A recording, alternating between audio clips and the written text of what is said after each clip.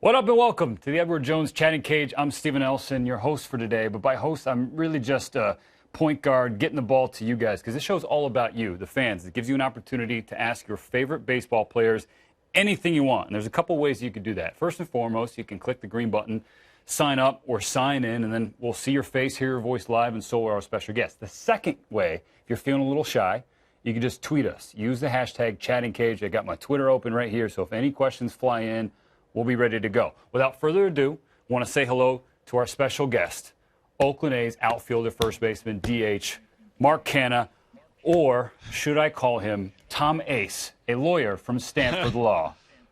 Oh, what an introduction. Yeah. Thanks for having me. I'm happy to be here, Stephen. Mark, I hung out with you on the Rundown earlier this season on MLB Network, and a lot has changed, not just for you, but also the Athletics. And we're going to let Derek lead off on Twitter. He's asking, what's the mood in the clubhouse with you guys in first place in the division? Oh, I mean, the mood is we're just on an emotional high, and it's not like anything's changed since we started winning. You know, we're a young group that likes to have a lot of fun, and we keep it loose in there, and we're just having a ton of fun with it, and just staying loose and coming to the ballpark ready to win each day. And I really don't think anything's changed since the beginning of the season. Mark, Shannon's going to piggyback on that. What's been Bob Melvin's message during this tremendous streak? So you guys keep winning. Does Bob just show up in the clubs and be like, hey, guys, just do what you did. Just do what you did yesterday? What's he been like? Yeah. I think he pretty much does that without saying it. He just kind of embraces the madness that is our team, and kind of is he likes to say something once in a while. We'll have a meeting at the beginning of a series, and he'll comment. But for the most part, he just lets us go and lets us go out there and play and do what we do, and he knows that we know how to handle our business. So. It feels like a very hands-off approach at times, and just let the boys play. We heard Matt Olson on OB tonight say that he is a player's manager. Well, the Edward Jones Chatting Cage is a fan show, and we have a fan who wants to ask you something, Mark. So let's welcome them in. What's your name? What's your question for Mark? Hi, Dan. Mark, who's your funniest teammate? Funniest teammate? Oh, man. I'd say I'm going to go with Nick Martini right now. Nick is he's been a great addition to the team, not only with how he's playing on the field, but he's a really funny guy, and he shows up and he's just loose, and he kind of assimilates and fits in perfectly with our team, and just has a lot of fun in the clubhouse and is constantly joking around with guys, and I'm going to give that shout out to him because he's keeping us entertained. Well, Mark, Robert's question also pertains to your teammates. Any of your other teammates, food lovers like yourself? Most people know you on Instagram, Big League Foodie. Anybody else trying to follow in those footsteps a little bit? With the food? Yeah. You're asking. Oh, man. I get recommendations from time to time. Bob Melvin's a huge foodie, just like I am. He just doesn't advertise it as much, I think. It's hard to say. Pinder's come to me. Chad Pinder has come up to me a lot for recommendations. I know Andrew Triggs is into food, and there's a couple guys there. I don't know if they're on the same level, but me and Bob are the two guys, I think. And Mark, you take it seriously as well. You're big into food. It's a legitimate passion in addition to baseball. What determines whether or not a place makes the cut to make your Instagram page? It's got to wow me. It's got to. It's got to be that. It's got to be special, and it's not. That doesn't mean it has to be gourmet or it has to be a really expensive place. I've posted, dives and small restaurants and maybe even a fast food restaurant or two. I don't know if I've done an In-N-Out burger post, but if I haven't, I need to.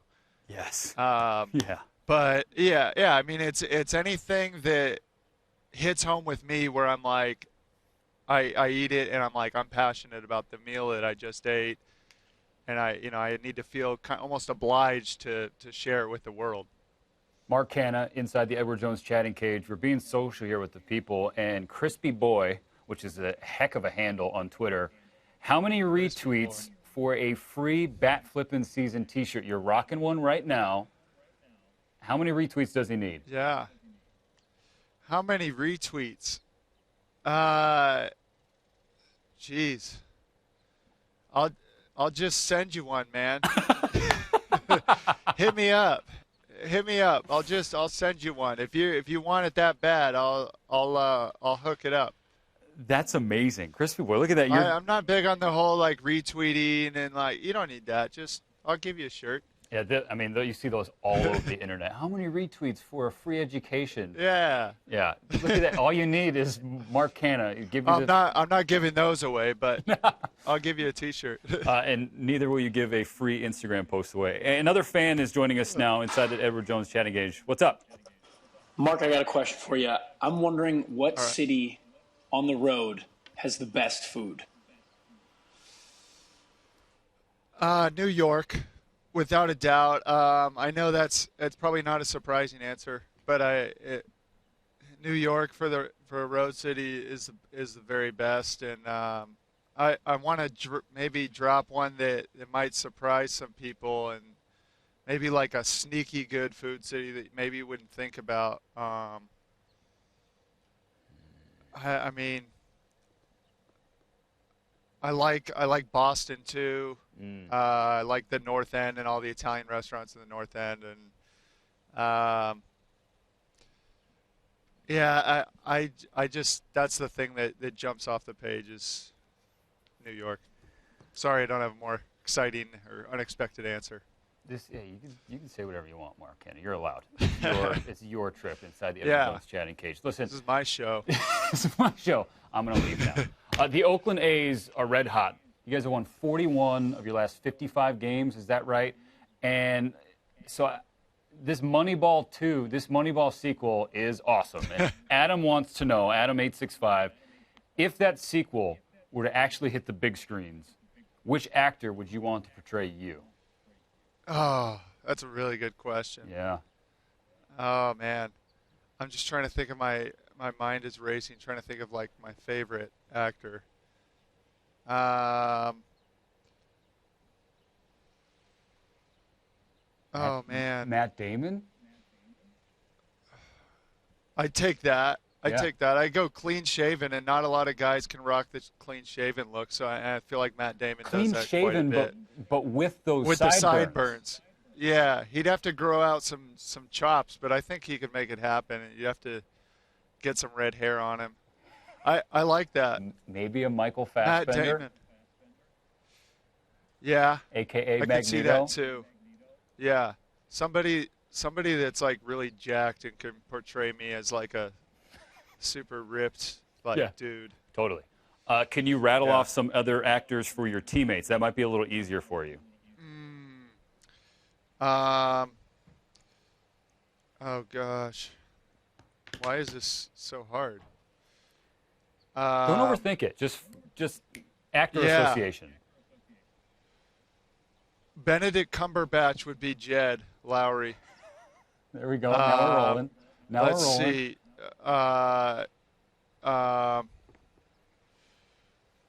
Let's see. Will Smith would have to be somebody. Maybe KD.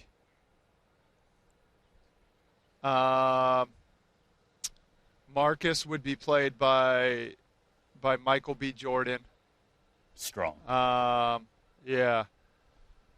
Matt Olson would be played by somebody tall. Who's a tall actor? Yeah. I don't know. I don't know. Tall actor. I'll Will Google. Ferrell. I don't know. Tall actors. That's what I put into Google.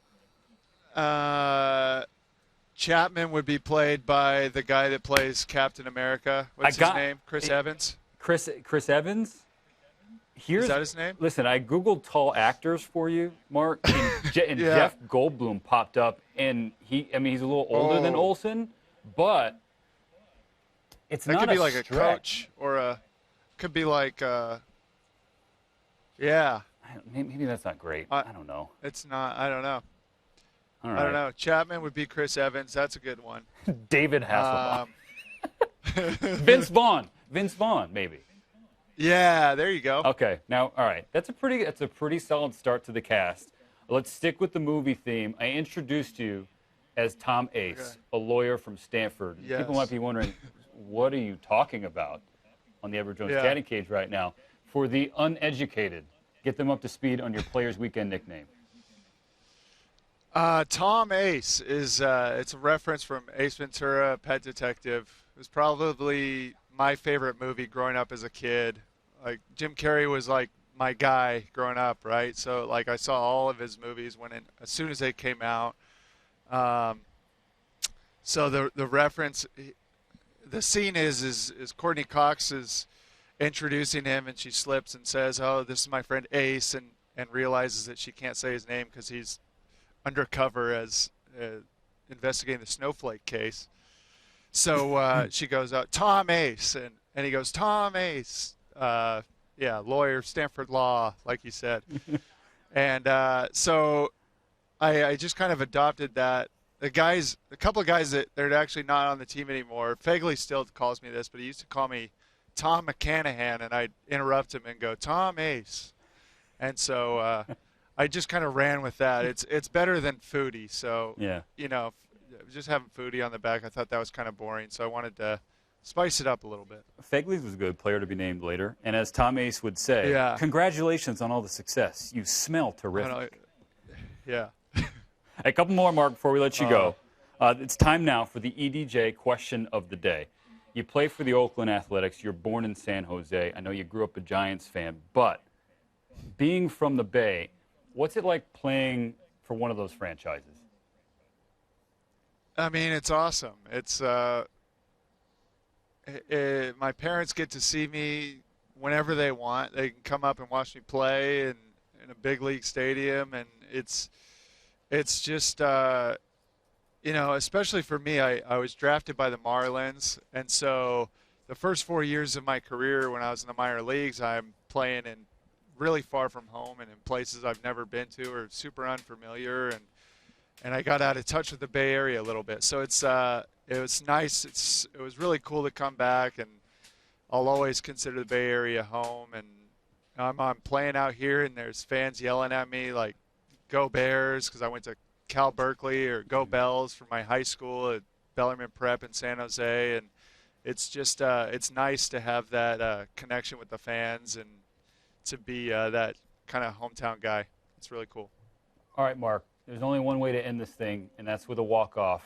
And since you're wearing your Bat Flippin' Season T-shirt, can you grab a bat and can you give us a bat flip to end the show? I cannot. How about I just do it next time? I don't have a bat out here. Yeah. But I'll just listen. Beggars won't be choosers. I'll allow it. Show the replay or something. Ask him for the rake. Ask him for the rake. The rake behind you. To your right. Rake.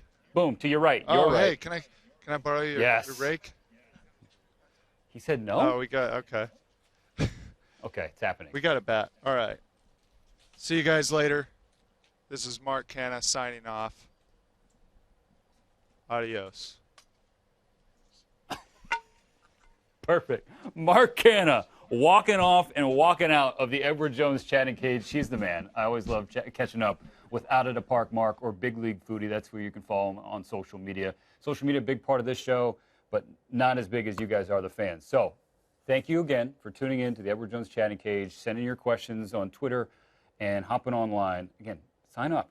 And you can do this next time with our very special guests, whoever it may be. So until that day comes, on behalf of our entire crew, I'm Stephen Nelson. We'll see you.